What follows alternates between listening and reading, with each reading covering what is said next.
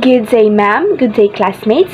My report is all about types and examples of summative assessment. So, let us first define what is summative assessment.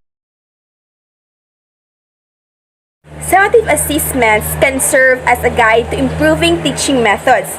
We all use different teaching methodology within a classroom. Summative assessments can help us collaborate and improve teaching methods from year to year. So, it can also help teachers and administrators alike in improving curriculum and curriculum planning. Standards-driven instruction plays a large role in schools today.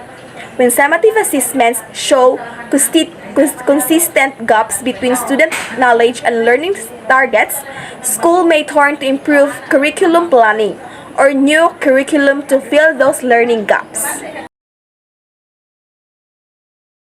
So, here are the examples of summative assessment. First is the end-of-term examination. A final examination or assessment is one of the most common methods of classroom evaluation. Examinations have a simple framework. The teacher curates relevant questions and the students respond to these questions within a time frame. Instructors conduct examinations as some sort of final knowledge review of the program. Examination test the students' knowledge of the subject matter and they produce quantitative results that help you to grade your students and know how well they have performed.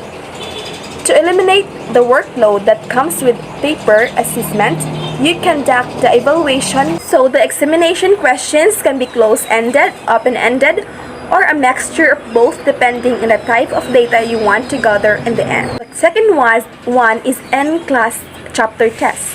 These are mini examinations that happen at the end of a topic or section of training.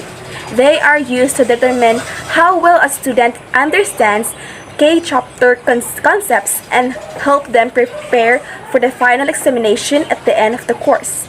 Quizzes, midterm assessments, and practice tests are common examples of chapter tests. The third one is standardized admission tests. These tests qualify candidates for a specific program. For instance, IELTS and TOEFL are standardized English proficiency exams that demonstrates a candidate's competency in the use of the language. These tests are organized on a large scale and they make use of explicit scoring criteria for grading. Most colleges and universities in their require scores from one or more standardized admission tests.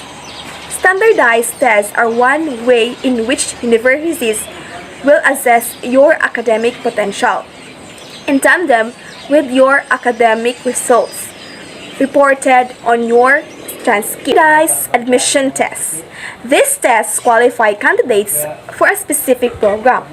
For instance, EILTS and TOEFL are standardized English proficiency exams that demonstrate a candidate's competency in the use of the language. These tests are organized on a large scale and they make use of explicit scoring criteria for grading. Most colleges and universities in their require scores from one or more standardized admission tests.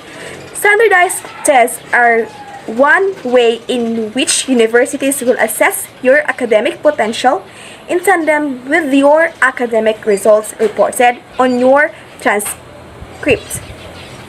These tests serve as a common denominator to help admission staff compare students from different educational systems. Next is creative portfolio.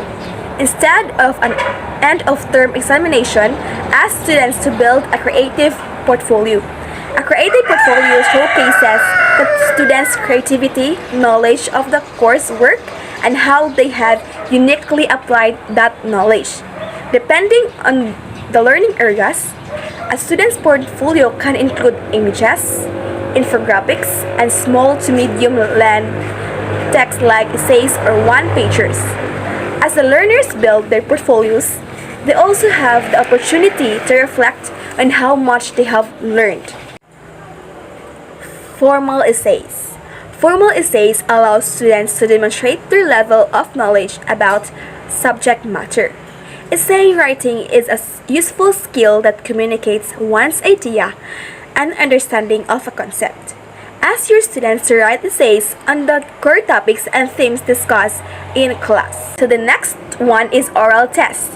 Oral summative assessments are used to get real-time and spontaneous responses from learners at the end of a course. The instructor can embrace structured, semi-structured, or unstructured interview methods to grade the students and evaluate their overall performance. Students may also partake in oral classroom presentations. Observation. This is a common method of summative assessment used in early childhood education. The instructor incorporates one or more standard activities into the students' playtime and then observes how the learners engage in the activity. Observing students' behaviors during playtime gives you a bird's eye view of how well they have assimilated knowledge from a previous lesson or class session. As you observe them, you need to make notes on any changes you notice. Write your observations down on a piece of paper or list them in a spreadsheet.